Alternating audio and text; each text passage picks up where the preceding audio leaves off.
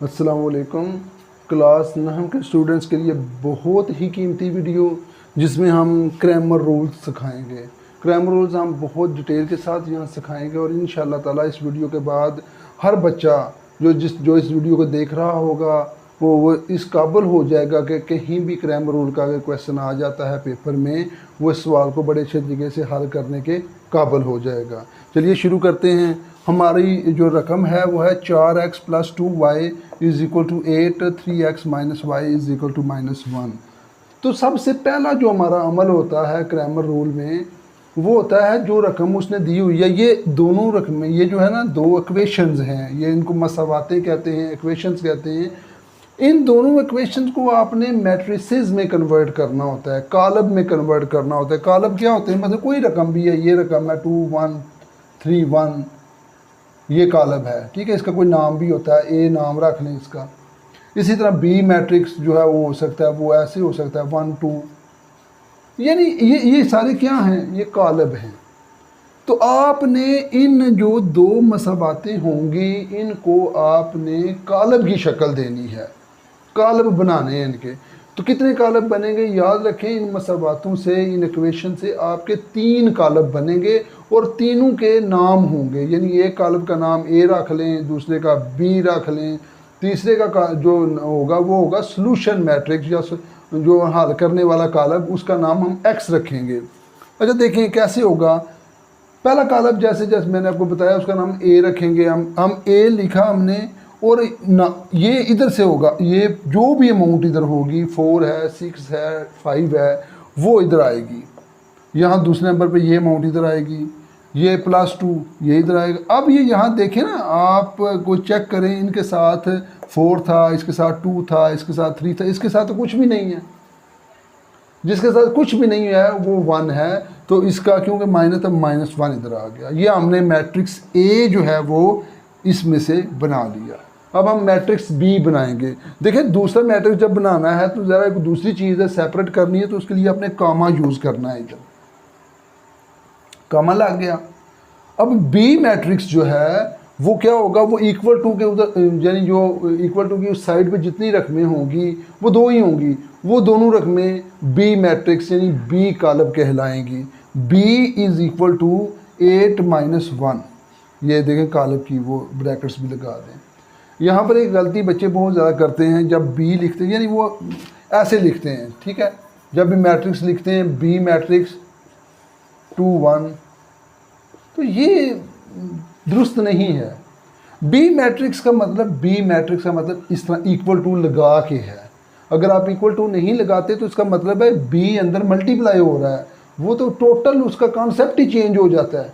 इसके बाद हम देखते हैं एक्स मैट्रिक्स जो है वो जो भी वेरिएबल, ये एक्स वाई जो है यहाँ पर वेरिएबल्स हैं, तो एक्स जो है एक्स वाई, इसे सॉल्यूशन मैट्रिक्स भी कहते हैं, क्योंकि हमने एक्स की और वाई की वैल्यू फाइंड करनी है।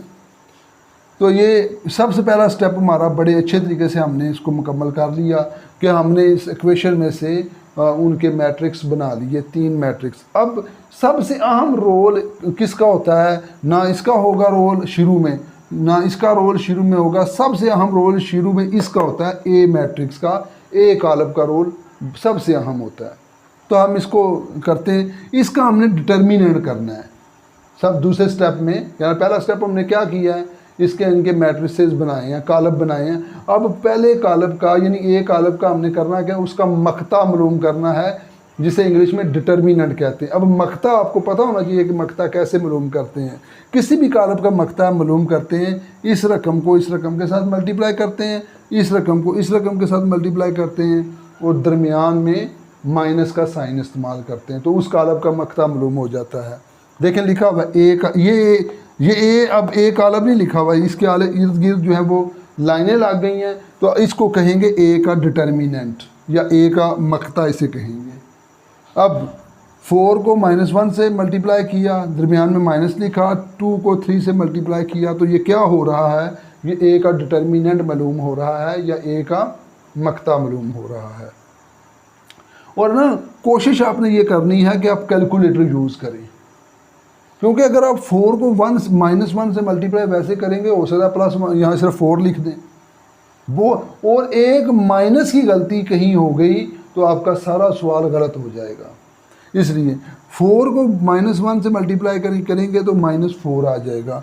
अब यहाँ माइनस है तो 2 को 3 से मल्टीप्लाई करेंगे 2 3 6 आ जाएगा, ये माइनस ये। अब देखें अगर आप कैलकुलेटर इस्तेमाल नहीं करते तो आपके दिमाग में ये बात बैठी हुई है माइनस माइनस प्लस, तो फिर क्या करेंगे, आपने यहाँ 10 प्लस का लिख देना है, फिर आगे सारा सवाल गलत हो जाना है। इसलिए आपने यहाँ कैलकुलेटर इस्तेमाल करना है। -4 कैलकुलेटर के ऊपर लिखें, -4 -6 इज़ इक्वल टू -10 आएगा।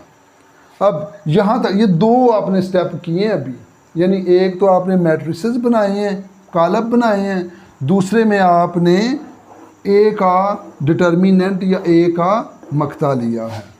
अब हम चलते हैं सॉल्यूशन की तरफ, यानी आपने x की वैल्यू फाइंड करनी है और आपने y की वैल्यू फाइंड करनी है। तो x की वैल्यू फाइंड करने के लिए आपको एक ऐसा मैट्रिक्स या ऐसा कॉलम बनाना होगा जिसको इस्तेमाल करके आप x की वैल्यू फाइंड करें। इसी तरह y की वैल्यू फाइंड करनी, y की वैल्यू फाइंड करने के लिए भी आपको एक ऐसा मैट्रिक्स यानी ऐसा कॉलम बनाना पड़ेगा जिसको इस्तेमाल करके आप y की वैल्यू फाइंड कर सकें। तो पहले हम x की वैल्यू फाइंड करते हैं, तो x वाला कॉलम बनाते हैं, उसका नाम हम ax मैट्रिक्स रखेंगे। ax मैट्रिक्स ये कौन सा, ये वो मैट्रिक्स बन रहा है जिसको इस्तेमाल करके हमने x की वैल्यू फाइंड करनी है। अब ये मैट्रिक्स भी हमने बाहर से नहीं लेकर आना, हमने ये मैट्रिक्स भी इन्हीं में से ही बनाना है। अब ax मैट्रिक्स क्या होगा, ax मैट्रिक्स में b की अमाउंट ये देखें पहले लिखी हुई है और a की सेकंड, ये सेकंड कॉलम जो है वो इस्तेमाल होगा, ये देखें, यानी ax की जो आपने मैट्रिक्स बनाना है वो b की अमाउंट और a की सेकंड कॉलम जो है वो इस्तेमाल करेंगे। अच्छा फिर इसके बाद इसका आपने डिटर्मिनेंट करना है। डिटर्मिनेंट का तरीका जैसे आपने पहले सीख लिया कि इसको इससे मल्टीप्लाई करोगे, इसको इससे मल्टीप्लाई करोगे, तो उस साथ बकायदा शो करोगे कि आप अब ax का डिटर्मिनेंट यानी मकता मालूम कर रहे हैं। 8 को -1 से मल्टीप्लाई किया, देखें किया हुआ दरमियान में माइनस, क्योंकि आप डिटर्मिनेंट कर रहे हैं तो इसको इससे मल्टीप्लाई, इसको इससे मल्टीप्लाई और दरमियान में माइनस। 8 मल्टीप्लाई बाय -1 दरमियान में -2 मल्टीप्लाई बाय -1। कैलकुलेटर इस्तेमाल करें, 8 को -1 से मल्टीप्लाई करेंगे तो -1 आएगा और -8 आएगा। अब देखें ना, ये जो चीज़ है ये अब दो माइनस आपस में मल्टीप्लाई होंगे तो क्या हो जाएंगे, प्लस हो जाएंगे। आप कैलकुलेटर इस्तेमाल करेंगे तो आपको इतनी परेशानी में पड़ने की ज़रूरत नहीं, परेशानी में नहीं पड़ेंगे आप। अच्छा 2 1 2 आ गया। अब -8 और +2 -6 आएगा। हमारा ये भी प्रोसेस मुकम्मल हुआ। यानी क्या क्या प्रोसेस किया हमने, पहले मैट्रिक्स बनाए, फिर ए का डिटर्मिनेंट किया, फिर हमने ए के डिटर्मिनेंट के बाद वो मैट्रिक्स बनाया जिसको इस्तेमाल करके हमने एक्स मालूम करना है, फिर हमने उसका डिटर्मिनेंट लिया। अब हमारे पास दो डिटर्मिनेंट आ गए हैं, जिन दो मकते आ गए हैं, एक ए का मकता आ गया हुआ है और एक ए एक्स का मकता आ गया हुआ है। इन दोनों डिटर्मिनेंट्स को इस्तेमाल करके आप एक्स की वैल्यू फाइंड कर लेंगे। यानी x की वैल्यू ax का डिटर्मिनेंट और a का डिटर्मिनेंट, ऊपर ax का डिटर्मिनेंट लिखें, नीचे a का लिखें, यानी ऊपर -10 लिखें, सॉरी ऊपर -6 लिखें और नीचे -10 लिखें। अब इसकी कटिंग कर लें, ये माइनस माइनस से 2 3 और 2 5 3/5 आपके पास आ गया। अब आपने क्योंकि x की वैल्यू फाइंड की है, y की नहीं की, y की फाइंड करने के लिए फिर वही बात, y एक ऐसा मैट्रिक्स बनाना पड़ेगा जिसको इस्तेमाल करके आप y की वैल्यू फाइंड कर सकें, और वो भी आपने बाहर से नहीं लेकर आना, वो भी आपने इधर से बनाना है। वो मैट्रिक्स कैसे बनाएंगे, आपने वो मैट्रिक्स बनाना है a के फर्स्ट कॉलम को इस्तेमाल करना है और b की अमाउंट को इस्तेमाल करना है। देखें ay 4 3 और 8 -1, 4 3 जो a का फर्स्ट कॉलम है और 8 -1 b की अमाउंट फुल है।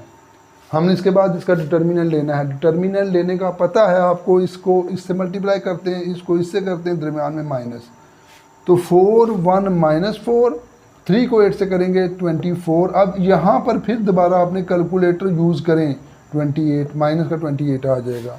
वैल्यू फाइंड करनी। अब देखें फिर दोबारा वही बात, ये डिटर्मिनेंट आपके पास, ये डिटर्मिनेंट आ गया और उधर भी ये डिटर्मिनेंट आया हुआ है, ठीक।